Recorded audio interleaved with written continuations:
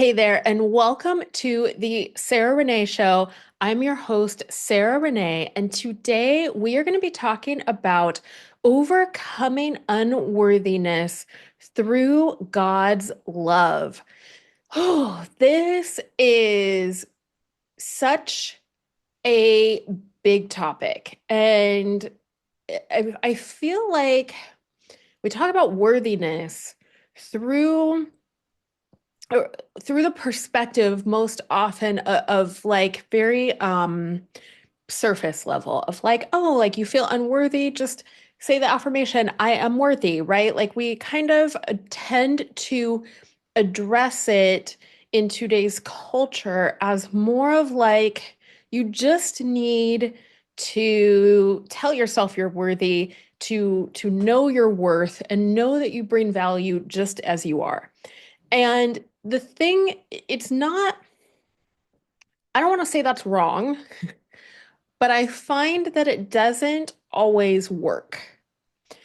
And I want to share with you kind of the context for today's topic and how it came up for me because this is something that I actually see quite a lot of. And I want to share kind of two client stories with you of where this topic of worthiness has really required more depth than just saying I'm worthy. I'm worthy just as I am.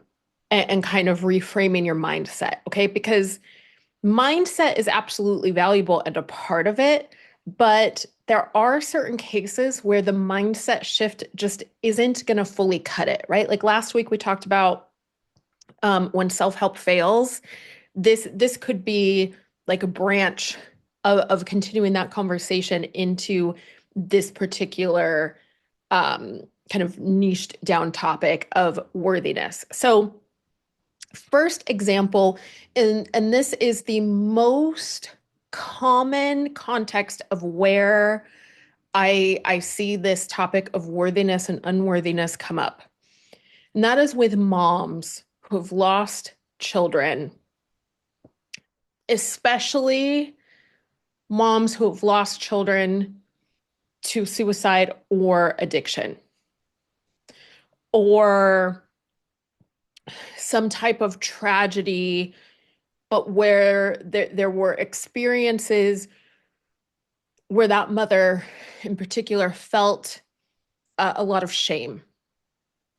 And we, listen, I've seen all different experiences. I've seen experiences where a mom has came to me,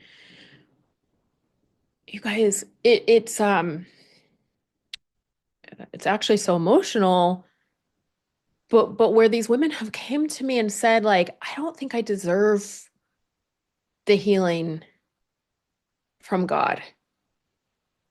I don't think I deserve to know that my child, what they're doing, or to get signs from them, or to feel their presence, or to dream of them from the other side because of what I did. And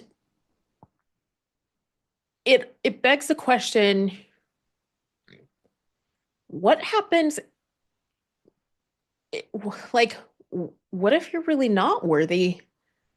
And that is like the most terrifying question to look at.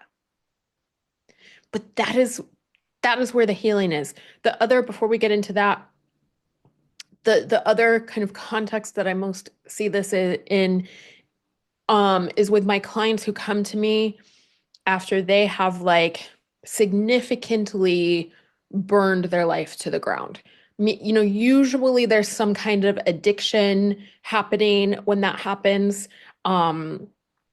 or some type of trauma, but where they have like, I've had women come to me who maybe they had an affair, they maybe they were even abusive to a spouse or a child in their addiction.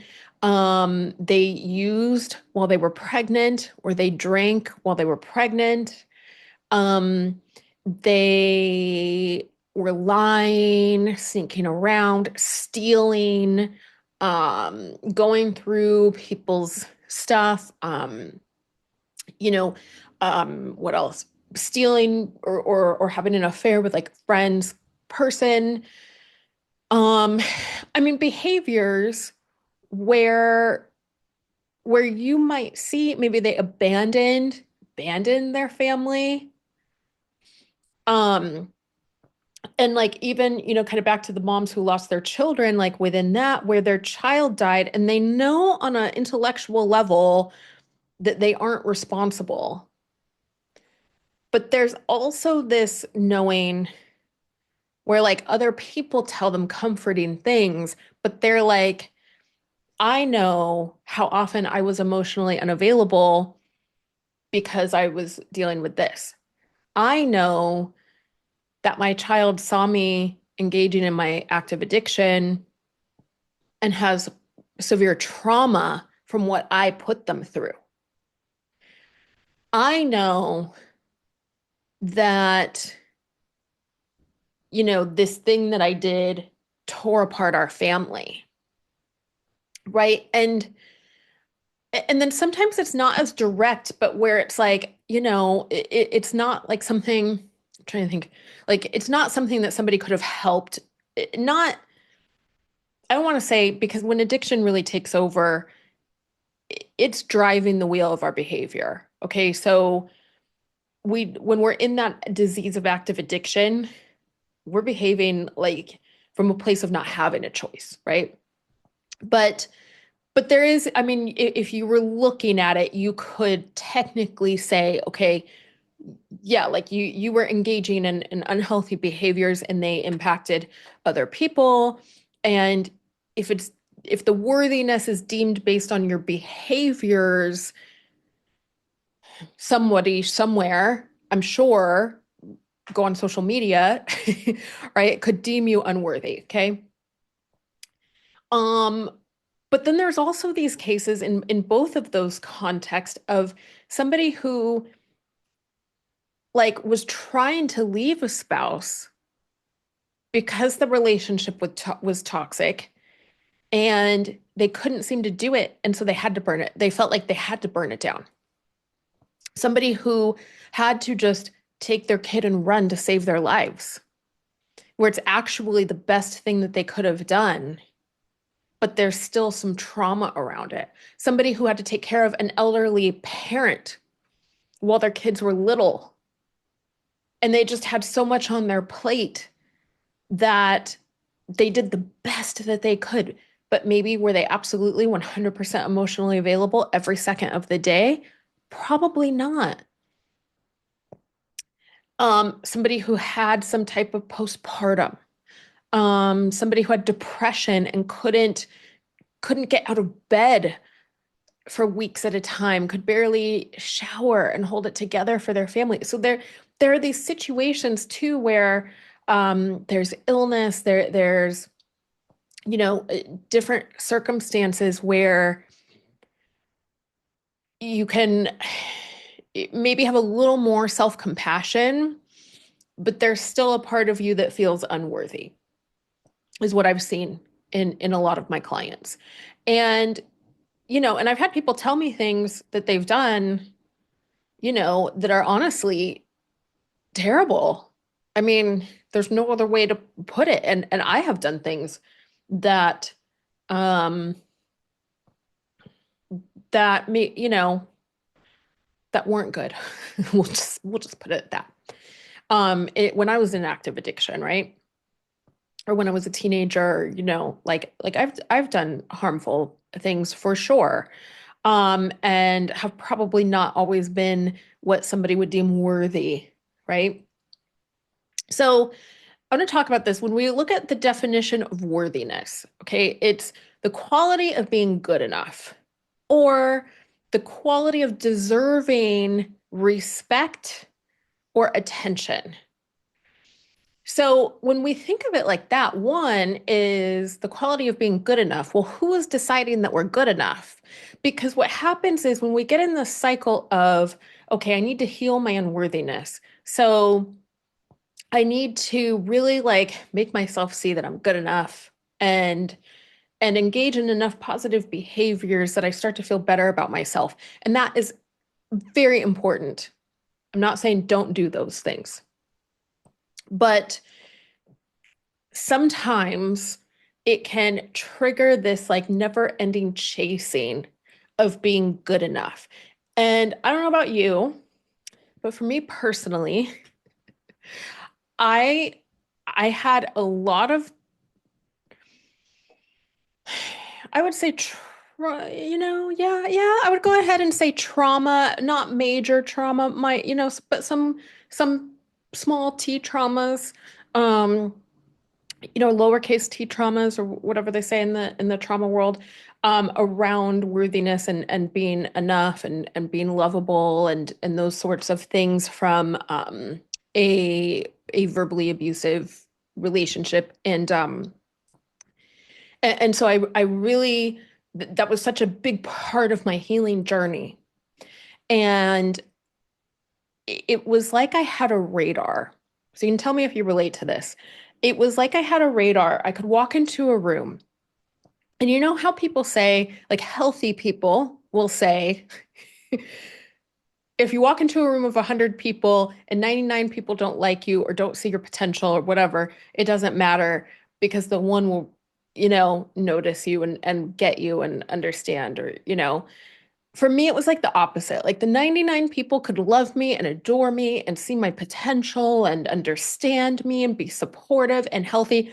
And I would zero in on that one person who was annoyed with me or didn't understand me or didn't like me for whatever reason or just didn't care about my existence. And I would be like, I'm going to make them love me. And if I can't make them think that I'm good enough, then that affirms I am not good enough and I am correct. Right? um, and so, I was really in that place for a little bit. Um, and just always chasing that like next level of if I can win this person over, if I can accomplish this thing, if I can do this, if I can do well here, if I can, succeed over here, I will be good enough. And but the reality was is nothing was ever good enough. And here's the thing. So wherever you are on that kind of spectrum of dealing with feeling unworthy, coming back to this question, what if we weren't worthy? What does it mean to be worthy? How do we really define that? Are we going to go with the technical like definition of quality of being good enough? But then isn't that relative? Deserving attention or respect, but then isn't that subjective? So how do we know if we're truly worthy? And this is where the true worthiness is because you were created by God. And this is not because I also have seen the opposite end. Okay. So I want to just acknowledge this at least a little bit here of people who go so far into I'm worthy, I'm good enough just as I am, that they turn it into an enabling like affirmation where they never stretch themselves. They never go beyond their comfort zone. They don't heal. They enable themselves to continue to engage in unhealthy, patterns, unhealthy behaviors, which are only harming themselves, right? But where it goes into a toxic place on that end. Okay, so the balance of the worthiness is that you are worthy because you were created by God. And what are you worthy of? You are worthy of love. You are worthy of God's help, God's attention, God's intervention, God's will, of God's light upon you, of God's blessings, of miracles, of being of service. You are worthy of growth, of healing, of overcoming the trials and tribulations that you have experienced. You are absolutely worthy of God helping you heal, of feeling the presence of your loved ones, of God assuring you, hey, I've got them. Because God can say, like, oh yeah, that was a big mistake. That was a situation that you got yourself in. That that behavior was driven by your ego or by your addiction or by, lower entities or by the you that didn't know or the unconscious you, but that wasn't good, right? Like God can acknowledge that. God does not lie to us to make us feel better. Like that is the one thing like I like to tell people because I've learned I'm like no, God doesn't want to just like pump you up um through like untrue compliments, right? Like God loves you, God sees your potential, God sees who you truly are, and God also can lovingly and compassionately and gracefully offer you mercy and forgiveness. So we find our worthiness when we can really connect and let God love us and let God show us and let God forgive us. There is no level of self-forgiveness that can compete with God's forgiveness. That is what I believe that with all of my heart. Because when we push the shame down and we're like, no, I'm going to let that go, I'm going to let that go, we kind of just repress it usually. Whereas when we receive God's forgiveness, God transmutes whatever we did into a bigger why, into purpose, into something that we can use to inspire other people, into healing, into a lesson, into wisdom, into power. Only God can do that. And so you are absolutely worthy because God is calling you. And here's what I know to be true because as I sat down to record today's episode, it was very clear that this episode is a call to some of you listening. That you are worthy because God is calling you to allow God to help you heal. So if you are listening to this and you know somebody and you can feel in your heart right now that this episode, that message is for them, I want you to make sure that you share this episode with them. And just to say, you don't even have to say like, I think you need this message. You might say, I don't know why, but I felt like I should send you this episode. And then they'll hear me say this. And then they'll know, but they'll probably be grateful, so it's okay. Um, But that's like God is calling you because God is saying you were worthy because I'm calling you. Because I know who you are at your core essence. And if you are having the thoughts, okay, specifically feeling worthy or unworthy of healing, of recovering, of getting better, okay, if we look at that particular um sentence.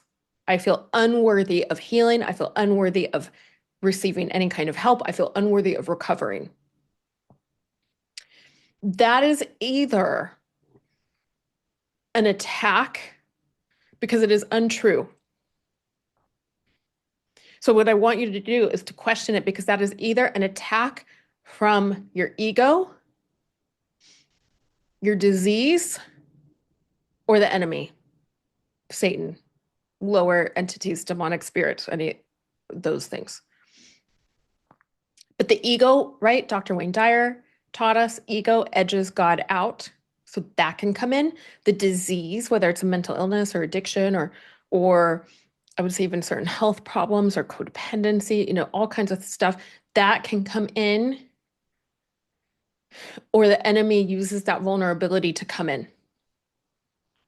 right? That fear to come in and trick you. So I want you to challenge it because that is not true, because you are absolutely worthy, and ask God, help me be victorious in this spiritual warfare battle. God fights your battles. I have had periods of my life where it has been a battle every day, and it has been, God, help me beat this depression today. Help me get out of bed. Help me stay alive. Help me stay sober. Help me with this chronic pain, right? I dealt with chronic pain. Help me not be crippled by the pain today. Help me keep going even though I hurt so badly everywhere. And God will help you. And here, this reminder is coming in like Jesus, if, and I know not all of you are Jesus believers, but Jesus doesn't call the qualified.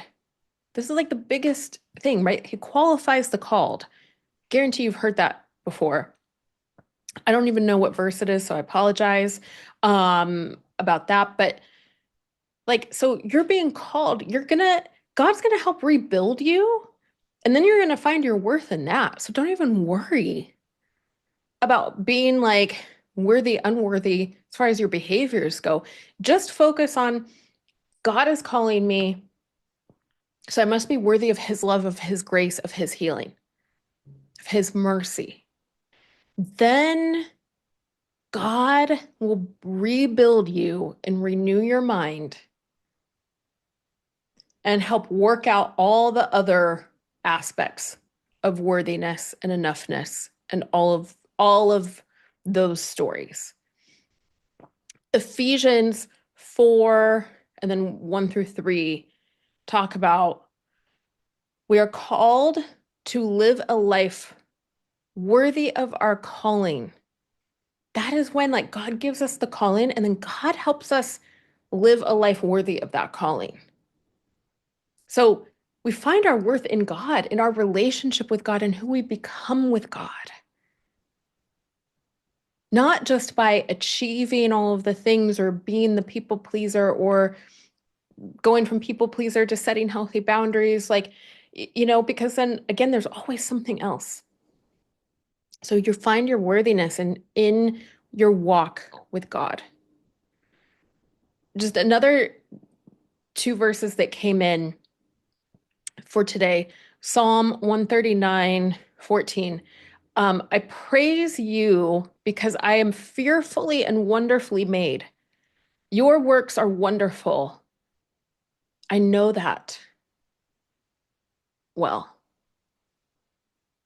I couldn't read my handwriting there. If you notice that hesitation. So that's right. Like, I'm talking to God, like, I praise you because I am fearfully and wonderfully made.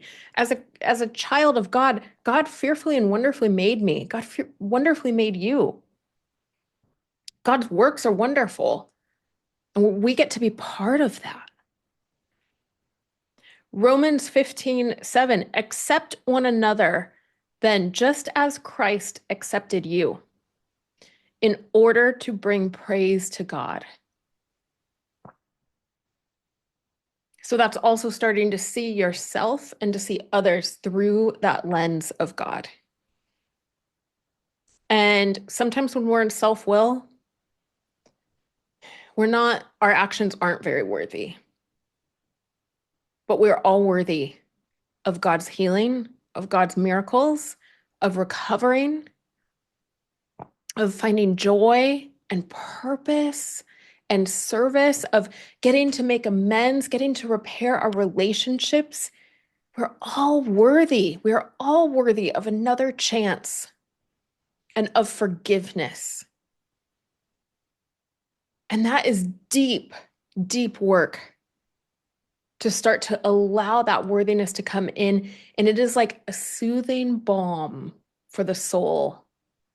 I promise you, if you just let these words, let this message into your heart today, it will open you up to such profound love.